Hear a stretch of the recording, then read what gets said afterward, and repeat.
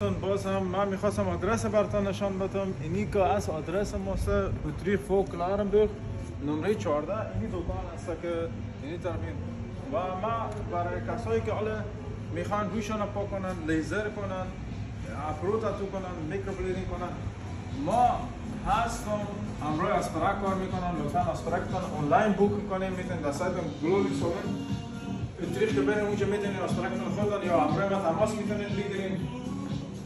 ما همه تو برای قیچی، برای رنگ موی، برای هایلایت، برای یاژه، کراتین، بوتوکس، اینی جا که هست سالون است که برای کسایی که میخوان تاتویشون پاک کنن یا لیزر کنن روشون تمام بدنشون ما دستگاه ونیم از 2005 تا 2025 است.